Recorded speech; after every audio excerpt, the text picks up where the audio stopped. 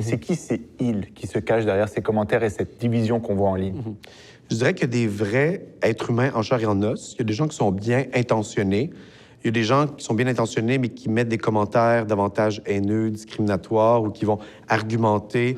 Il y a des gens qui sont intentionnellement en train de vouloir créer un peu un peu la chicane, la bisbille, on pourrait dire, essayer d'argumenter pour juste déstabiliser leur adversaire. Ce qu'on appelle, en fait, c'est des trolls. L'issue du débat l'intéresse peu, c'est plus comment les arguments vont devenir...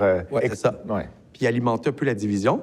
Et là, en plus de ça, s'ajoutent en fait des bots ou des robots ou des algorithmes, des intelligences artificielles qui vont faire ça, qui vont être soit détenus par des entreprises, des acteurs, des entités, voire des gouvernements. Et aussi, on parle des fois de ferme à clic. Donc, c'est-à-dire, on va engager des gens, des vrais êtres humains, qu'à longueur de journée, c'est ce qu'ils vont faire, mais on les paye pour ça, à des petits salaires, pour créer de la division interne. Donc, il y a des faux comptes qui argumentent. Qui argumentent. Puis il y a d'autres faux comptes qui contre-argumentent. Qui contre-argumentent, c'est ça. Ben, donc, un côté et l'autre, c'est complètement faux, en fait. Ça peut être faux, puis des fois, c'est des vraies personnes aussi. Donc, c'est ça un peu qui devient complexe à notre époque. Être capable de distinguer le vrai du faux, le réel de l'irréel, qu'est-ce qui est fabriqué, qu'est-ce qui est faux.